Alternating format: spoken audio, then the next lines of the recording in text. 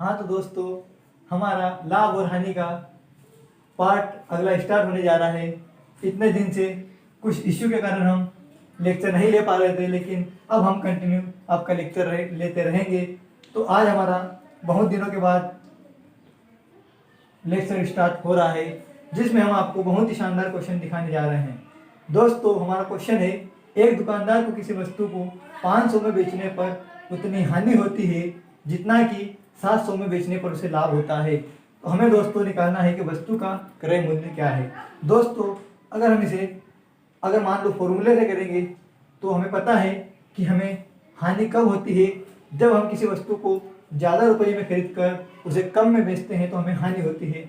हमें यहाँ पे क्रय मूल्य नहीं पता है, तो हम मान लेंगे कि उसका क्रय मूल्य सीपी मान लेंगे कि सीपी उसका क्रय मूल्य है। उसे 500 में बेचा तो हमें हानि हुई। दोस्तों, यहाँ से हमें पता चल गया कि हमें जो हानि हुई, और अगर हमें लाभ निकालना है दोस्तों, तो लाभ निकालने के लिए हम क्या करेंगे, अगर वस्तु हमने ज़्यादा में बेची है, उसे कम में खरीदा है तो हमें लाभ होगा। तो हम क्या करेंगे दोस्तों, यहाँ पे 700 में से सीपी घटा देंगे।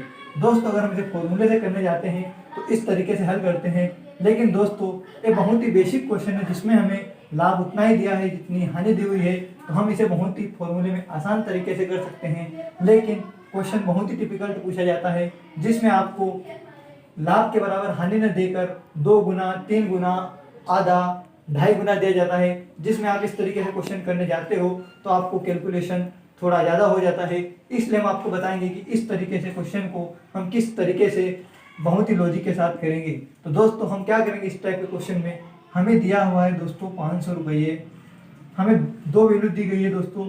अगर हम उसे 500 में बेचें या फिर हम उसे 700 में बेचें, अब हम क्या करेंगे दोस्तों, एक को 500 में बेचा, हमने उसे 500 में बेचा तो हानि हुई, और 700 में बेचा तो हमें लाभ हुआ। तो हम क्या करेंगे, इन दोनों में जो डिफरेंस है वो कितने का है दोस्तों डिफरेंस है हमारा 700 और 500 में 200 का।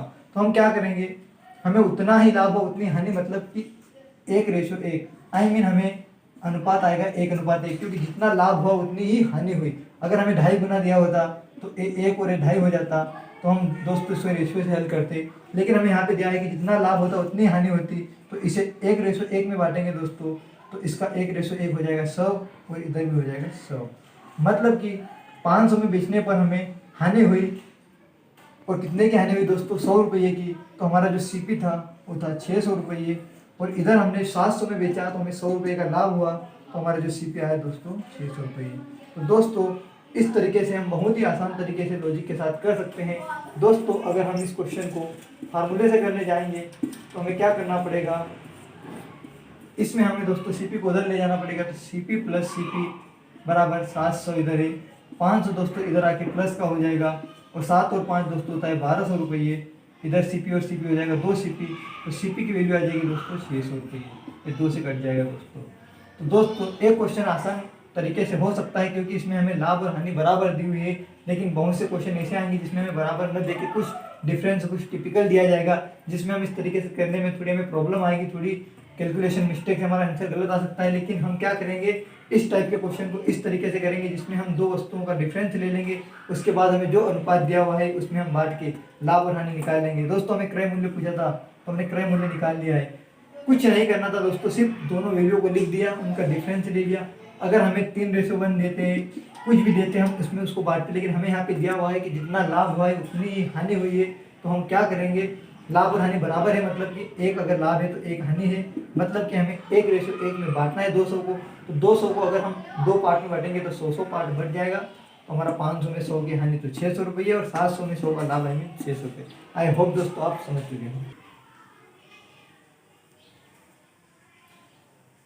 दोस्तों, हमारा अगला क्वेश्चन है, एक दुकानदार को किसी वस्तु को 250 में बेचने पर उतनी हानि होती है जिससे 2 गुना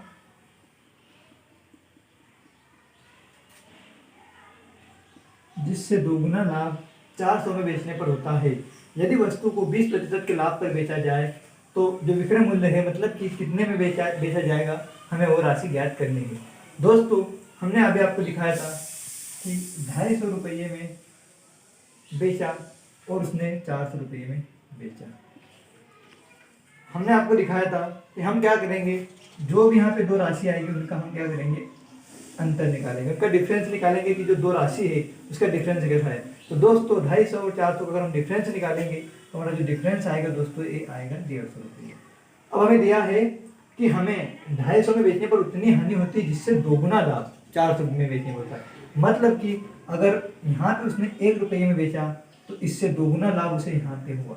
आई मीन 150 को हमें इस तरीके से बांटना है कि एक हिस्सा हानि में जाएगा और 2 हिस्सा लाभ में जाएगा। तो दोस्तों जो हमारा 1 और 2 निकला, जो कि निकला टोटल हुआ 3, और 3 से अगर 15 को डिवाइड करेंगे दोस्तों तो हमारा आ जाएगा 50। आई मीन हमारा 1 का वैल्यू आएगा 50, तो इधर आ जाएगा 50, और इधर 2 की वैल्यू आएगी 50, मतलब 50 गुनी 100, तो इधर आ जाएगा दोस्तों 100। अब हम क्या करेंगे दोस्तों क्रय मूल्य निकालने के लिए। दोस्तों हमें 250 की हानि हुई, मतलब कि हमने वस्तु ज़्यादा में खरीदी थी, जो 50 रुपये थी हमारी हानि हुई है 250 में बेचने पर। तो हमने जो वस्तु को खरीदा था ये 300 रुपये में खरीदा था। दोस्तों आप क्रॉस चेक इधर भी कर लो कि वस्तु को 300 में खरीदा था कि नहीं। तो हमने 400 में बेचा तो हमें लाभ हुआ, अगर 100 रुपये का लाभ हुआ तो वस्तु को हमने खरीदा था 300 रुपये में। दोस्तों हमारा जो पिछला क्वेश्चन था उसमें हमें सिर्फ क्रय मूल्य निकालना था, तो हमने यहीं पर दोस्तों तो हमने पिछले क्वेश्चन में क्या किया था कि हमें क्रय मूल्य निकालना था, तो हमने यहीं पे क्वेश्चन को समाप्त कर दिया था कि हमारा क्रय मूल्य 300 रुपये है। लेकिन इस क्वेश्चन में पूछा है कि यदि वस्तु को 20% के लाभ पर बेचा जाए तो विक्रय मूल्य क्या होगा। तो दोस्तों हमारा जो क्रय मूल्य है 300 रुपये है, और हम आपको बता चुके हैं कि कॉस्ट प्राइस अपने आप का 100% होता है, और 100% की वैल्यू हमें दी हुई है 300 रुपये। अगर हम इसे 20% के लाभ पे बेचे, मतलब कि इसमें 20 और ऐड कर देंगे तो 120 की वैल्यू निकालना है दोस्तों हमें। दोस्तों हमें इस तरीके से भी निकालना है, तो हम क्या करेंगे दोस्तों, ये 100% की वैल्यू है तो 100 इसके अपॉन में आ जाएगा। हमें 120 की निकालनी है तो 120 इनके में आ जाएगा। ये 2 जीरो से 2 जीरो जाएगा, 12 3 36 और 1 जीरो। आई मीन दोस्तों हमारा जो सेलिंग प्राइस आएगा ये 360 रुपये जाएगा। आई होप दोस्तों आप समझ चुके होंगे कि इस क्वेश्चन को हमने विदाउट फार्मूला लॉजिक के साथ किस तरीके से किया है। बस हमने वैल्यू लिख ली है, उनका डिफरेंस निकाल के हमें जो भी रेशियो दिया है उसमें हमने उसको बांट कर हमने क्रय मूल्य निकाल दिया है। अगर हमें क्रय मूल्य पूछा जाए तो हम क्वेश्चन को यहीं पर 300 टिक करके अगले क्वेश्चन पे चले जाएंगे। लेकिन अगर एग्जामिनर हमें इस क्वेश्चन को और आगे पूछेगा कि इसे अगर लाभ या हानि पे बेचा जाए तो विक्रय मूल्य क्या होगा, तो हम इसे सिंपल उसी तरीके से करेंगे जो हम आगे करते हैं। तो आई होप दोस्तों आप इस क्वेश्चन को समझ चुके हैं। दोस्तों हमारा अगला क्वेश्चन है, एक व्यक्ति ने कुछ वस्तुएं 1 रुपये की 11 की दर से खरीदी, तो वो 1 रुपये में कितनी वस्तुएं बेची कि उसे 10% का लाभ हो। दोस्तों हम बहुत ही कुछ दिनों पहले 2 कंडीशन की क्वेश्चन कर चुके हैं, जिसमें 1 रुपये की 11 की दर से खरीदी और इतने में इतने की बेची, तो हमें लाभ या हानि पूछा था। तो उसमें हम क्या करते थे, वस्तु कीमत लिख देते थे, और दोस्तों हम क्या करते थे, वस्तुओं को बराबर करके कीमत में कर लेते थे, जो बहुत ही आसान था। लेकिन दोस्तों इस तरीके के क्वेश्चन में सिर्फ एक कंडीशन दी हुई रहती है कि 1 रुपये की 11 की दर से खरीदी तो 1 रुपये में कितनी बेचे कि उसे 10% का लाभ हो। तो दोस्तों हमें यहाँ पे दिया हुआ है, फिर वहीं प्रतिशत की वैल्यू। तो हम क्या करेंगे, सबसे पहले प्रतिशत को हम फ्रैक्शन वैल्यू लिखेंगे। दोस्तों अगर हम 10% की फ्रैक्शन वैल्यू लिखेंगे तो प्रतिशत हटेगा तो अपॉन में आ जाएगा 100, तो 0 से 0 जाएगा तो हमारी जो वैल्यू आएगी 1/10।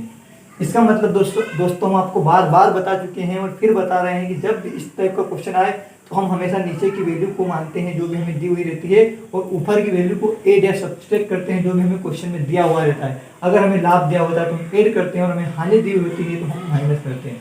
मतलब कि दोस्तों हमें जो प्राइस है, प्राइस मतलब कीमत, दोस्तों क्या है कि हमारा 10 रुपये अगर कीमत थी, हमने 1 रुपये ब्याज पे बेचा, तो मतलब कितने में बेचा दोस्तों, 11 रुपये में।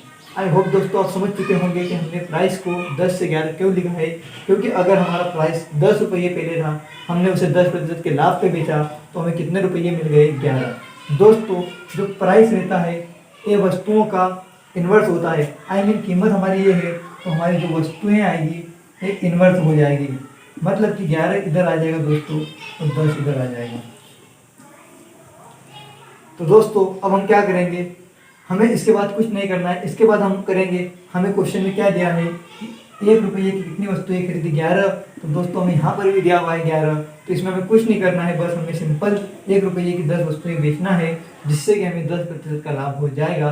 तो आई होप दोस्तों आप समझ चुके होंगे कि इस क्वेश्चन को हमने विदाउट फार्मूला बहुत ही आसान तरीके से किस तरीके से हल किया है। दोस्तों कुछ नहीं करना रहता है, बस फ्रैक्शन वैल्यू जो हमें दी हुई रहती है उसको सबसे पहले हम क्या करते हैं, फ्रैक्शन वैल्यू को मतलब जो हमें परसेंटेज वैल्यू दी हुई रहती है उसको हम फ्रैक्शन वैल्यू लिखते हैं। फ्रैक्शन वैल्यू लिखने के बाद हमें दिया हुआ था 10, अगर हमें हानि दी हुई थी तो हमें इधर 9 लिख के, हमें लाभ दिया हुआ है इसमें हमने 10 में 1 ऐड करके 11 कर दिया है। हमारा प्राइस और वस्तु हमेशा इन्वर्स होती है, क्योंकि दोस्तों कीमत बढ़ेगी, किसी चीज़ की भी कीमत बढ़ेगी तो वस्तुएं हम कम खरीद पाएंगे, अगर कीमत कम होगी तो हम वस्तुएं ज़्यादा खरीद पाएंगे। एग्जाम्पल के लिए मान लो कि हमें 50 अंगूर खरीदना है, अगर एक की कीमत 10 रुपये है तो हम 5 खरीद पाएंगे। ये दोस्तों नॉर्मली एक मैंने आपको बताया है कि मान लो कि 50 रुपये की कोई वस्तु है, अगर हमें 10 रुपये की खरीदना है तो हम 5 खरीद पाएंगे। लेकिन दोस्तों अगर कीमत बढ़ेगी, मान लो कि कीमत बढ़ेगी और यहाँ पे हो जाएगी 15, तो हम कोई भी तीन से कुछ ज़्यादा खरीद पाएंगे। मतलब कि क्या बढ़ी हमारी कीमत, तो वस्तुएं हमने खरीदी कम।